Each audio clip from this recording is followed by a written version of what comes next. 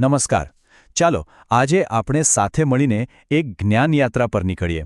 આપણે અખંડ જ્યોતિના જુલાઈ 1960ના અંકની ઊંડાણમાં ઉતરીશું અને એમાં છુપાયેલા શાશ્વત જ્ઞાનના પ્રકાશને સમજવાનો પ્રયત્ન કરીશું. તો સૌથી પહેલાં એ સમજીએ કે આ નામ અખંડ જ્યોતિનો અર્થ શું છે. એનો અર્થ થાય છે એક એવી જ્યોત જે ક્યારેય બુઝાય નહીં, એક એવો પ્રકાશ જે સતત નિરંતર માર્ગદર્શન આપતો રહે. અને આ શાશ્વત પ્રકાશને પ્રગટાવ્યો હતો એના સંસ્થાપક યુગ ઋષિ પંડિત શ્રીરામ શર્મા આચાર્યજીએ, જેમની પાસે માનવતાના કલ્યાણ માટે એક વિરાટ દૃષ્ટિકોણ હતો. એમનું આખું મિશન એક ખૂબ જ શક્તિશાળી સિદ્ધાંત પર આધારિત હતું. એમણે કહ્યું કે ક્રાંતિ જે અંદરથી શરૂ થાય છે તે બહારની દુનિયાને બદલી નાખે છે. મતલબ કે સાચું અને કાયમી પરિવર્તન હંમેશા આપણી અંદરથી જ શરૂ થાય છે. આ મહાન મિશનને એક નામ પણ આપવામાં આવ્યું, યુગ નિર્માણ યોજના, જેનો અર્થ છે એક નવા યુગના પુનર્નિર્માણ માટેનું આંદોલન. અને આનો ઉદ્દેશ્ય છે આપણા સમયનું પુનર્નિર્માણ કરવું, પણ કોઈ બળથી નહીં, પરંતુ વિચાર ક્રાંતિ દ્વારા. લોકોના વિચારોમાં સકારાત્મક પરિવર્તન લાવીને એક નવા યુગનો પાયો નાખવો. સારું, તો આટલો મોટો દૃષ્ટિકોણ એને વાસ્તવિકતામાં કેવી રીતે ઉતારવો?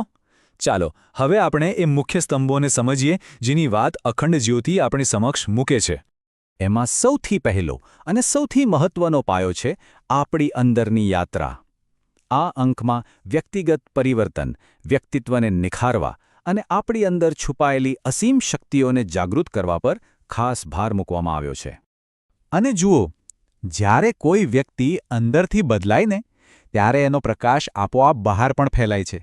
આ જ વિચાર પછી સામાજિક સુધારણા, મજબૂત પારિવારિક સંબંધો અને છેવટે એક નવા, વધુ સારા યુગના નિર્માણનો આધાર બને છે.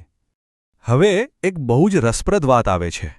આજકાલ એક મોટો પ્રશ્ન વારંવાર પૂછાય છે: વિજ્ઞાન અને અધ્યાત્મ, શું આ બંને અલગ અલગ રસ્તા છે? એમની વચ્ચે શું સંબંધ છે? આ વિચારધારા કહે છે કે ના, આ બંને વિરોધી નથી, બલકે તે વિજ્ઞાનના તર્ક અને અધ્યાત્મની શ્રદ્ધા વચ્ચે, ભૌતિક જગત અને આપણા આંતરિક જગત વચ્ચે એક પુલ બનાવે છે. અને આ પુલનું નામ છે વૈજ્ઞાનિક આધ્યાત્મવાદ. અને આનાથી એક બહુ મોટો પ્રશ્ન ઊભો થાય છે. આપણું જે હજારો વર્ષ જૂનું શાશ્વત જ્ઞાન છે, એને આજના વૈજ્ઞાનિક દૃષ્ટિકોણ સાથે જોડીને એક વધુ સારું, એક સંપૂર્ણ જીવન કેવી રીતે જીવી શકાય? ઓકે, તો આ બધી વાતો, આંતરિક પરિવર્તન અને જ્ઞાનનો આ માર્ગ, આ બધું આપણને ક્યાં લઈ જાય છે? આનો અંતિમ ધ્યેય શું છે? આ માર્ગ આપણને સાચી શાંતિ અને સાચા સુખ તરફ લઈ જાય છે. અને આ એ સુખ નથી જે બહારની વસ્તુઓથી મળે, પણ એ સુખ છે જે જીવનનો એક ઊંડો અર્થ સમજવાથી, એક ઉદ્દેશ્ય મળવાથી આવે છે. અને આ જ તો અંતિમ લક્ષ્ય છે, એક એવું જીવન જીવવું જે દરેક મનુષ્યની અંદર રહેલી ગરિમા, એના આત્મસન્માનને સૌથી ઉપર રાખે અને એને વ્યક્ત કરે. હવે આ લક્ષ્યને માત્ર વાતોમાં નહીં, પણ વ્યવહારમાં ઉતારવા માટે ભારતીય સંસ્કૃતિ અને દર્શનના ઊંડા જ્ઞાનમાંથી જીવન વ્યવસ્થાપન, તણાવ ઘટાડવા અને સર્વાંગી સુખાકારીના સિદ્ધાંતો અપનાવવાની વાત કરવામાં આવી છે. તો ચાલો હવે આ બધા વિચારોને એકસાથે જોડીને આખા વિષયનો સાર સમજીએ. જોઈએ કે આ અતૂટ પ્રકાશ આપણને આગળ વધવા માટે કેવો સ્પષ્ટ રસ્તો બતાવે છે. જુલાઈ 1960ના આ અંકનો આખો સારાંશ 4 પગલાંમાં સમજી શકાય. પહેલું, સ્વને જગાડો. બીજું, પોતાના વિચારોને શુદ્ધ કરો. ત્રીજું, માનવતાની સેવા કરો. અને ચોથું અને અંતિમ, આપણી અંદર રહેલી દિવ્યતાનો અનુભવ કરો. એટલે અખંડ જ્યોતિ ફક્ત એક પત્રિકા નથી, પણ એક ઉદ્દેશ્યપૂર્ણ જીવન જીવવા માટે માર્ગદર્શનનો એક નિરંતર, શાશ્વત સ્ત્રોત છે.